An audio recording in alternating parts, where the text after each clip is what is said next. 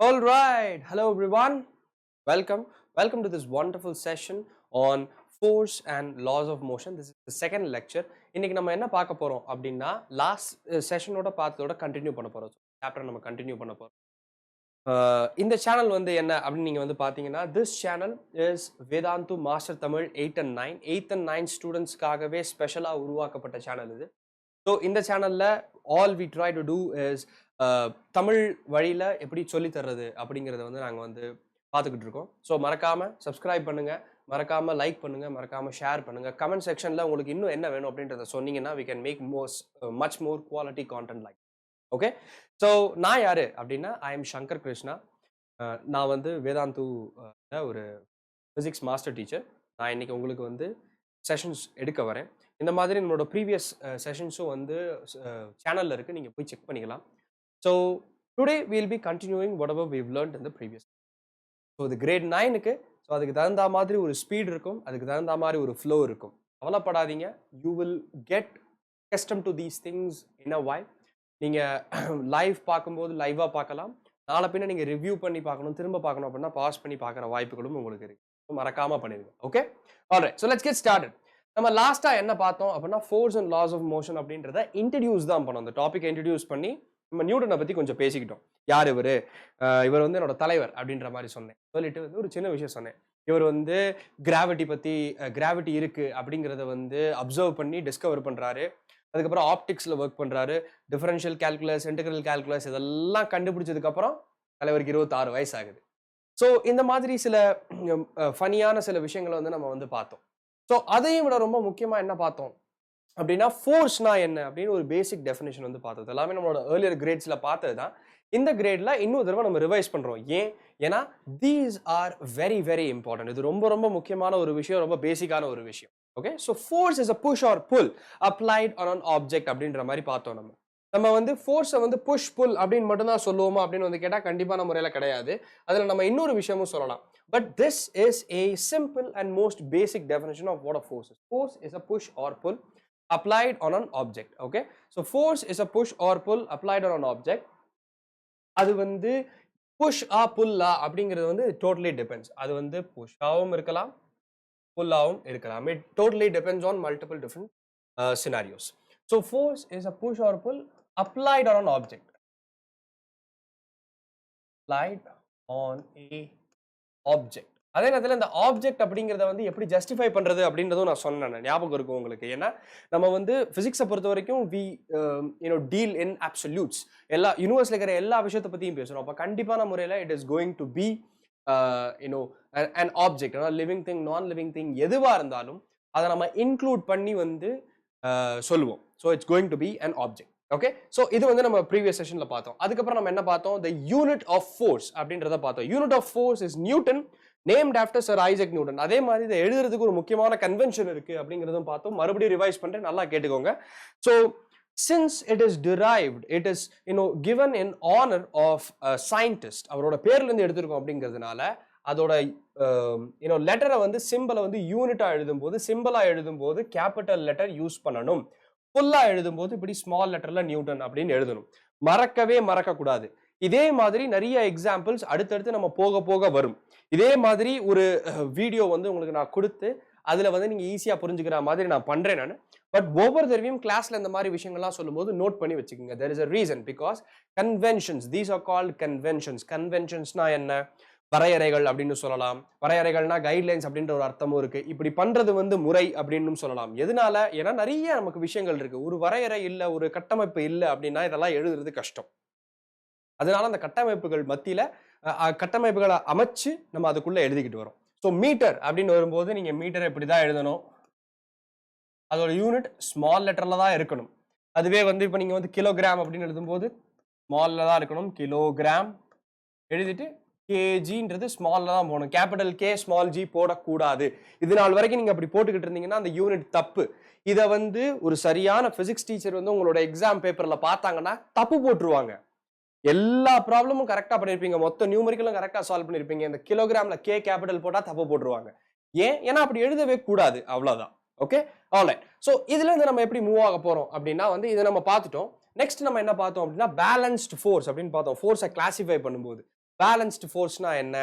Force இருக்கு, force act ஆகுது, ஆனா அதனால எந்த எஃபெக்டும் இல்லை அப்படின்னு பார்த்தோம். ஏன்? பிகாஸ் ரெண்டுமே வந்து ஈக்குவல் அவுட் பண்ணிடுது, ஈவன் அவுட் பண்ணிடுது அப்படின்ற மாதிரி சொல்லலாம். ஸோ இந்த சின்ன எக்ஸாம்பிள் எடுத்துக்குவோம். இந்த எக்ஸாம்பிள் நான் லாஸ்ட் டைம் சொல்லும் போதே வந்து சில விஷயங்கள் ரொம்ப தெளிவாக சொன்னேன் நான். இந்த பக்கம் இருக்கிற நபர் லெட்ஸ் சே 10 நியூட்டன் ஃபோர்ஸ் கொடுக்குறாரு, இந்த பக்கம் இருக்கிற நபரும் 10 நியூட்டன் ஃபோர்ஸ் கொடுக்குறாங்க. அப்படின்னா என்ன ஆகும்? இவர் இந்த பக்கம் தள்ளுறாரு, இவர் இந்த பக்கம் தள்ளுறாரு, ரெண்டு பக்கமே 10 நியூட்டன் 10 நியூட்டன். அப்ப என்ன ஆயிருது? கேன்சல் அவுட் ஆயிருது. ஸோ பேலன்ஸ்ட் ஃபோர்ஸ் அப்படிங்கிறது அதுதான். ஃபோர்ஸ் எக்ஸிஸ்ட் ஆனாலும் அது கேன்சல் அவுட் ஆகிறதுக்கான வாய்ப்பு இருக்கு. இந்த மாதிரி சினாரியோல இருக்கிறது பேலன்ஸ்ட் ஃபோர்ஸ்னு சொல்லுவோம். Because the net force is zero. The net force acting on the object is zero. சரியா? இதுக்கப்புறம் நம்ம வந்து இதை இன்னும் எப்படி ஈஸியா புரிஞ்சுக்கலாம் அப்படின்னு நம்ம வந்து பார்த்தோம்.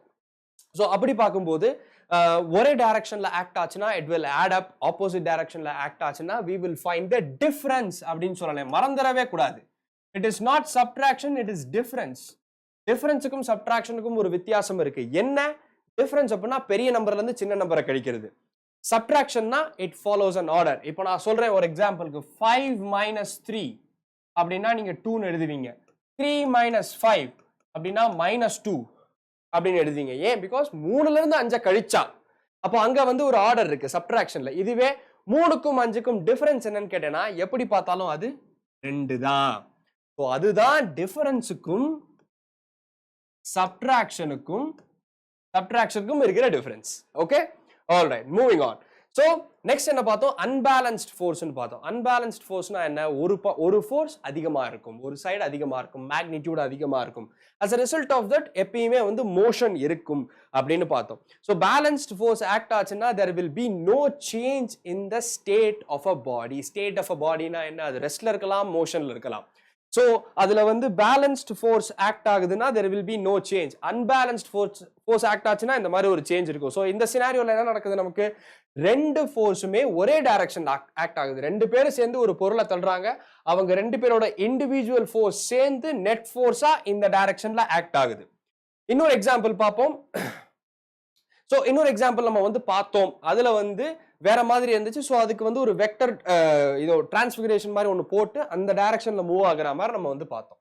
ஸோ இன்னைக்கு நம்ம பார்க்க போறது லாஸ் ஆஃப் மோஷன். இது வரைக்கும் நம்ம ரிவைஸ் பண்ணி முடிச்சாச்சு, குவிக்கா ரிவிஷன் பண்ணிட்டோம். ஓகே, ஸோ ரிவிஷன் பண்ணி முடிச்சாச்சு. இதெல்லாம் உங்களுக்கு ஞாபகம் இருந்துச்சு அப்படின்னா மறக்காம ஒரு லைக் ஒன்று போட்டுருங்க, கமெண்ட்ல வந்து ஷேர் பண்ணிடுங்க. இன்னும் எவ்வளவு நம்ம வந்து பண்ணலாம் அப்படிங்கறத, என்னென்ன உங்களுக்கு வேணும் அப்படிங்கறத ஷேர் பண்ணிக்கிட்டே வாங்க. ஓகே, ஆல்ரைட், நானும் கொஞ்சம் மூச்சு வாங்கிக்கிட்டேன் நான். ஸோ லாஸ் ஆஃப் மோஷன் பத்தி பார்ப்போம்.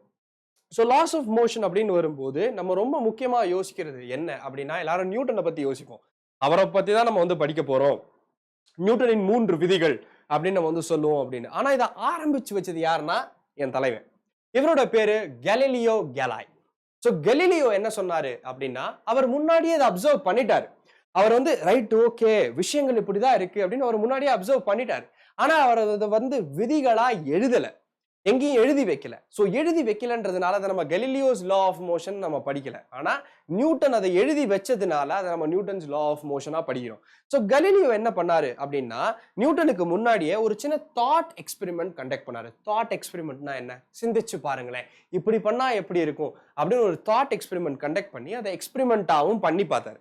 ஸோ இந்த இமேஜ் வந்து பாத்தீங்கன்னா ஒரு ஆர்டிஸ்டோட ரெப்ரசன்டேஷன். ஒரு ஆர்டிஸ்ட் வந்து கலீலியோ இந்த விஷயத்த சொல்லும் போது எப்படி இருந்திருக்கும் அப்படின்னு யோசிச்சு வரைஞ்சது. இதுல கலீலியோ எங்க இருக்காருன்னு யாரால கண்டுபிடிக்க முடியும்? யோசிச்சு பாருங்க. நிறைய பேர் வந்து இந்த கேரக்டர் கலீலியோன்னு சொல்லுவாங்க. இங்க ஒருத்தர் இருக்காரு பாத்தீங்களா, தாடிக்காரரு. இந்த தாடிக்காரரை வந்து கலீலியோன்னு சொல்லுவாங்க. ஏன்னா அவர் வந்து பாக்குறதுக்கு ரொம்ப யோசிக்கிறாரு அப்படின்னு. ஆக்சுவலா கலீலியோ இவர் கிடையாது. இதுதான் பாருங்க, அந்த பேப்பர்ல வந்து இண்டெக்ஸ் ஃபிங்கரை வச்சு காட்டி சொல்லிக்கிட்டு இருக்காருல்ல. ஸோ இதுல வந்து என்ன எக்ஸ்பிளைன் பண்றாங்க அப்படின்னா வந்து, நமக்கு வந்து ஒரு பால் அல்லது ஒரு ஆப்ஜெக்ட் இன்க்ளைன்ட் பிளேன்ல மூவ் ஆகும்போது எப்படி இருக்கும் அப்படிங்கிறதா. ஸோ இதை நம்ம இன் டீடைலா பார்க்க போறோம். Because this is going to be the basis of Newton's law of motion. நியூட்டனே இதை பேசிஸா கன்சிடர் பண்ணாரு. அப்ப நம்ம கண்டிப்பா நம்ம எல்லாம் கன்சிடர் பண்ணி தான் ஆகணும். Move forward. ஸோ கலீலியோட தாட் எக்ஸ்பெரிமெண்ட் என்னன்னா, இந்த மாதிரி ஒரு இன்க்ளைன்ட் பிளேன் நான் எடுத்துக்கிறேன். ஸோ இந்த இன்க்ளைன்ட் பிளேன்ல பாலை நான் இங்க வச்சுக்கிறேன். உங்களுக்கு எல்லாருக்கும் பால் தெரியும்னு நினைக்கிறேன் நான். பால் தெரியுதுன்னா கண்டிப்பான முறையில கீழே ஒரு இது போட்டுருங்க, ஒரு தம்ஸ் அப் போட்டுருங்க. பால் தெரியுது சார் அப்படின்னா. Very good. ஸோ இது வந்து ஒரு பால். அதை வந்து ஒரு இன்க்ளைன்டு சர்ஃபேஸ்ல இந்த மாதிரி வச்சிருக்கோம். ஸோ இந்த பால் வந்து ஒரு ஃப்ரிக்ஷன்லெஸ் ஸ்மூத் சர்ஃபேஸ்ல இருக்குன்னு நம்ம அசியூம் பண்ணிக்குவோமே. ஸோ அசியூம் பண்ணா என்ன ஆகும்? கொஞ்ச நேரம் கழிச்சு கண்டிப்பா பூமியோட புவியீர்ப்பு சக்தினால, கிராவிடேஷனல் ஃபோர்ஸ்னால இந்த பால் கொஞ்ச நேரத்துல கீழே நகர ஆரம்பிக்கும். நம்ம எல்லாருக்குமே தெரியும். ஆனா இது நகண்டு எங்க போகும் அப்படிங்கிறதுக்கு நான் ஒரு லைன் போட்டிருக்கேன். அதாவது இதுதான் இதோட மேக்ஸிமம் ஹைட். ஸோ இது என்ன ஆகும் அப்படின்னா, if I let go of this ball அப்படின்னா, அந்த பால் உருண்டு இந்த பக்கம் வந்து ஏறி இங்க என்ன ஹைட் இருந்துச்சோ அந்த ஹைட்டுக்கு வந்து நிற்கும். நின்னதுக்கு அப்புறம் கொஞ்ச நேரம் கழிச்சு மறுபடியும் கிராவிட்டி இருக்கிறதுனால அப்படி லைட்டா கீழே இறங்கும். ஆனா கண்டிப்பான முறையில வந்து இங்க நிற்கும். கரெக்டா? யோசிச்சு பாருங்க. இங்க இருந்து நான் உருட்டி விடுறேன் அப்படின்னா, சோ இது வந்து இனிஷியல் ஹைட். இனிஷியலா இந்த இடத்துல இருக்கு. சோ இது வந்து என்ன செய்யும் அப்படின்னா, இங்க இருந்து உருண்டு போய் அந்த பக்கம் நிற்கும். இது வந்து உங்களோட இனிஷியல் ஹைட். அது இங்க இருந்து உருண்டு இங்க வந்து இங்க வரைக்கும் ஏறும். இதுல இன்னொரு விஷயமும் நோட் பண்ணலாம். இன்னொரு என்ன விஷயம் நோட் பண்ணலாம்? இதை H1 வச்சுக்குவோம், இதை H2 வச்சுக்குவோம். சரியா? ரெண்டுமே ஒரே ஹைட் தான். ஏன்னா இங்க இருந்து வந்து அங்க போகும். இதுல இன்னொரு அப்சர்வேஷன் நம்ம என்ன நோட் பண்ணலாம் அப்படின்னு வந்து பாத்தீங்க அப்படின்னா, இறங்கி வரும்போது இந்த பால் ரொம்ப வேகமா வரும். ஆனா திரும்ப ஏறும்போது பொறுமையா தான் ஏறும். இந்த பாயிண்ட் வரைக்கும் ஏறும். ஆனா இதுதான் மேக்ஸிமம் பாயிண்ட். இந்த பாயிண்ட் தான் மேக்ஸிமம் பாயிண்ட், மேக்ஸ் பாயிண்ட். அதுக்கு மேல அந்த பாலால போக முடியாது. ஆனா அது வரைக்கும் கண்டிப்பான முறையில அந்த பால் வந்து போகும். போயிட்டு அதுக்கப்புறம் புவியீர்ப்பு இழுக்கிறதுனால திரும்ப கீழே பொறுமையா கீழே வந்து வரும். சரியா? சோ இது வந்து ஒரு தாட் எக்ஸ்பெரிமெண்ட். ஏன் அப்படி சொல்றாரு? ஏன்னா இது இங்க இருந்து போய் இந்த பாயிண்ட் வரைக்கும் அதோட மேக்ஸிமம் பாயிண்ட் சேம் ஹைட்டை ரீச் பண்ற வரைக்கும் அது போகும் அப்படின்னு. இப்போ இதுல இன்னொரு அப்சர்வேஷன் என்ன அப்படின்னா, இப்படி இறங்கி வந்துருச்சு. இப்ப நான் இன்னொன்னு செட் பண்றேன். இப்படி செட் பண்ணி இந்த ஆங்கிளை இன்னும் கொஞ்சம் அதிகமாக்குறேன். சோ இங்க இருந்து வருது. இந்த ஆங்கிள் அதிகமாச்சுன்னா என்ன அர்த்தம்? இதோட ஒரிஜினல் ஹைட்டை ரீச் பண்ற வரைக்கும் இந்த பால் கண்டிப்பான முறையில மூவ் ஆகும். சோ என்ன ஆகும்? கீழே இறங்கி வந்து அந்த எண்டு வரைக்கும் கண்டிப்பான முறையில போகும்போது இந்த பால் இன்னும் மெதுவா போகும். இங்க இருந்து இறங்கும் போது வேகமா இறங்குற பால் இங்க போகும்போது மெதுவா மேல ஏறும். ஏன்? It is working against the gravity. It's moving against the கிராவிட்டின்றதுனால கண்டிப்பான முறையில மெதுவாகத்தான் ஏறும். இன்னொரு சினாரியோ இப்படி வச்சுக்கோமே. இப்ப நான் மொத்தமா இறக்கிட்டேன் இந்த ஆங்கிள, அந்த பாரை நான் மொத்தமா இறக்கிட்டேன். அப்ப இந்த பால் என்ன செய்யும்? ஒரிஜினல் ஹைட்டை ரீச் பண்றதுக்கு ட்ரை பண்ணிக்கிட்டு போய்கிட்டே இருக்கும். கரெக்டா? போன ரெண்டு கேஸ்லயும் அது ஒரிஜினல் ஹைட்டை ரீச் பண்ற வரைக்கும் போகுதுன்னா, இந்த கேஸ்ல அந்த ஒரிஜினல் ஹைட் ரீச் பண்ற வரைக்கும் இது டிராவல் பண்ணிக்கிட்டே இருக்கும். இதுக்கு நம்ம என்ன இனிஷியல் கண்டிஷன் செட் பண்ணோம்? Frictionless surface. எந்த ஃப்ரிக்ஷனுமே இல்லை, அந்த பாலை உருட்டி விட்டனா இதான் பண்ணும் அப்படின்னு. ஸோ இதுல இருந்து நமக்கு என்ன தெரியுது? இதை எதிர்க்கிறதுக்கு எந்த விதமான ஒரு ஃபோர்ஸும் இல்லை அப்படின்னா திஸ் வில் கண்டினியூ. இந்த வார்த்தையை எங்கேயோ கேள்விப்பட்ட மாதிரியே இருக்கா? அஃப்கோர்ஸ் நீங்க நிறைய பேர் வந்து படிச்சிருக்க மாட்டீங்க, ஆனா கேள்விப்பட்டிருப்பீங்க நியூட்டன்ஸ் ஃபர்ஸ்ட் லா அப்படிங்கிறது என்னது அப்படின்னு. அப்ப நியூட்டன் எப்படி இந்த ஐடியாக்கு வந்தாருன்னா, கலீலியோவோட இந்த தாட் எக்ஸ்பெரிமெண்ட்ல இருந்து தான் வந்தார். ஸோ அப்படி கீழே வரும், அதுக்கப்புறம் உருண்டு போகும், அதுக்கப்புறம் போய்கிட்டே இருக்கும். ஸோ இந்த 3 ஆங்கிள் வச்சு அதுல வந்து ஒரு பால் அல்லது வந்து ஒரு பொருள் அப்படிங்கிறது ஒரு ஃப்ரிக்ஷன்லெஸ் சர்ஃபேஸ்ல எப்படி மூவ் ஆகுது அப்படின்னு பண்ணதுதான் கலீலியோவோட தாட் எக்ஸ்பெரிமெண்ட். அவரோட தாட் எக்ஸ்பெரிமெண்ட்ல இருந்து அவர் கன்க்ளூட் பண்ண விஷயம் என்ன அப்படின்னா, ஒரு இனிஷியல் பொசிஷன்ல ஒரு பால் இருக்கு, ஒரு இன்க்ளைன்ட் பிளேன்ல ஒரு பொசிஷன்ல ஒரு பால் இருக்கு. அந்த பால் இங்க இருந்து ஸ்டார்ட் ஆச்சு அப்படின்னா இட் வில் ஆக்சிலரேட், இப்படி போகும், இங்க ஏறும்போது மெதுவா போய் இந்த பாயிண்ட தொற்றும். அந்த பாயிண்ட் தொட்டு அங்கேயே நிக்குமா? கிடையாது. கண்டிப்பா கிராவிட்டி கீழே இருக்கிறதுனால திரும்ப கீழே இறங்கி வரும். ஆனா அது நமக்கு தேவை கிடையாது. இங்க நம்ம நோட் பண்ண வேண்டிய விஷயம் என்னன்னா, இந்த இனிஷியல் ஹைட்டும் இந்த ஃபைனல் ஹைட்டும் ஒன்னு. அதை மேட்ச் பண்ற வரைக்கும் அந்த பால் போகும். நான் இதுவே அந்த ஆங்கிள் அதிகமாக்கினேன் அப்படின்னா, இங்க பாருங்க, இங்க ஆங்கிள் பாருங்க. இப்ப நான் இப்படி வைக்கிறேன் அப்படின்னா வந்து இந்த இடத்துல ஆங்கிள் பார்ப்போம். அதே இதை நான் இப்ப இங்க வரையறேன்னா இங்க ஆங்கிள் பாருங்க. It's going towards the ground. ஹரிசாண்டலாக ட்ரை பண்ணுது. அப்படி பண்ணும்போது அது இன்னும் தூரம் போகும். அப்ப நான் மொத்தமா ஹரிசாண்டல் ஆக்கிட்டேன்னா where is the final position? ஏன்னா இந்த இனிஷியல் பொசிஷன், இந்த இனிஷியல் ஹைட்டை மீட் பண்றதுக்கு இந்த பால் டிராவல் பண்ணிக்கிட்டே இருக்கும். ஸோ இதுதான் கலீலியோவோட தாட் எக்ஸ்பெரிமெண்ட். இதுல இருந்து என்ன தெரியுது? எக்ஸ்டர்னலா ஒரு ஃபோர்ஸ் இல்லை அப்படின்னா ஒரு பொருள் மூவ் பண்ணிக்கிட்டே இருக்கும். an object in motion will continue to be in the state of motion unless and until an external force acts on it. நீங்களே சொல்லிட்டீங்க இதை, நான் என்னாலே சொல்ல முடிஞ்சிச்சு. அப்போ நியூட்டனால சொல்ல முடியாதா? அதை தான் நியூட்டன் சொன்னார். நியூட்டன் என்ன சொன்னாரு? இதே விஷயத்த கலீலியோவோட தாட் எக்ஸ்பெரிமெண்ட்டை நல்லா கவனிச்சு அப்சர்வ் பண்ணி அதை ஒரு வார்த்தையா எழுதிட்டார், ஒரு வாசகமா எழுதிட்டாரு. அதை எழுதுனது தான் Newton's first law of motion. இதை நீங்க ஒரு ஸ்கிரீன்ஷாட் எடுத்துக்கலாம், நீங்க நோட்ல எழுதிக்கலாம், என்ன பண்றீங்களோ அது உங்களோட விருப்பம். ஆனா கண்டிப்பான முறையில் நீங்க நோட் பண்ணி வச்சுக்கணும். An object remains in a state of rest or uniform motion in a straight line unless an external force acts on it or unless compelled by an external object, external force to change the state. இவ்வளவுதான். இதுல நமக்கு என்ன புரியுது? An object remains in the state of rest, continues in the state of rest ன்னு சொல்லலாம், remains in the state of rest அப்படின்னு சொல்லலாம். Okay, state of rest or uniform motion. ரெஸ்ட்ல இருக்குன்னா ரெஸ்ட்ல இருக்கும், மோஷன்ல இருக்குன்னா மோஷன்ல இருக்கும். நகண்டுகிட்டு இருக்கு, அது பாட்டுக்கு மூவ் ஆகிக்கிட்டு இருக்குன்னா அது பாட்டுக்கு மூவ் ஆகிக்கிட்டே இருக்கும். அது ரெஸ்ட்ல இருக்குன்னா அது பாட்டுக்கு ரெஸ்ட்ல இருக்கும். உதாரணத்துக்கு இந்த போர்டு, எனக்கு பின்னாடி இருக்கிற போர்டு ஒரு டிஜிட்டல் போர்டு. நான் இந்த போர்டை எதுவும் பண்ணாத வரைக்கும் இந்த போர்டு அந்த இடத்துலயே இருக்கும். நான் பாட்டுக்கு திடீர்னு அப்படியே வந்து ஏதாச்சும் வந்து ஸ்டண்ட் பண்றேன் அப்படின்னு டமா டுமின்னு அதை குத்துனேன்னா அந்த போர்டு நகரும். கரெக்டா? மற்றபடி எதுவுமே ஆகாது. ஸோ இதுல இருந்து நமக்கு என்ன புரிய வருது? எதுவுமே அதோட இயல்பான ஸ்டேட்ல அப்படியே இருக்கும் unless compelled to change that state by an applied force. And in the applied force எப்படி இருக்கணும்? கரெக்டா சொல்லுங்க பாப்போம். இந்த applied force should be an unbalanced force. Unbalanced force. Unbalanced force இருந்தா தானே அது மூவ் ஆகும். ஏன்னா இங்க நான் பேலன்ஸ்ட் ஃபோர்ஸ் அப்ளை பண்ணேன்னா கண்டிப்பான முறையில் அந்த there will be no change in state. அது ரெஸ்ட்ல இருந்துச்சுன்னா ரெஸ்ட்லயே இருக்கும், மோஷன்ல இருந்தா மோஷன்லயே இருக்கும். But since I am ready to apply an unbalanced force, this will happen. சொன்னாரு நியூட்டன், ஒரு ஸ்டேட்மெண்ட்ல வச்சாரு. So that is Newton's first law of motion. This is the first law of motion.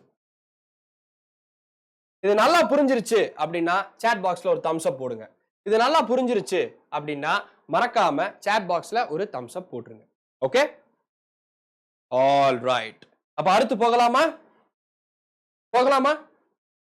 Great. நம்ம next இதுல என்ன பார்க்க போறோம் அப்படின்னா, இதுல இருந்து ஒரு முக்கியமான விஷயம் நமக்கு தெரிய வருது.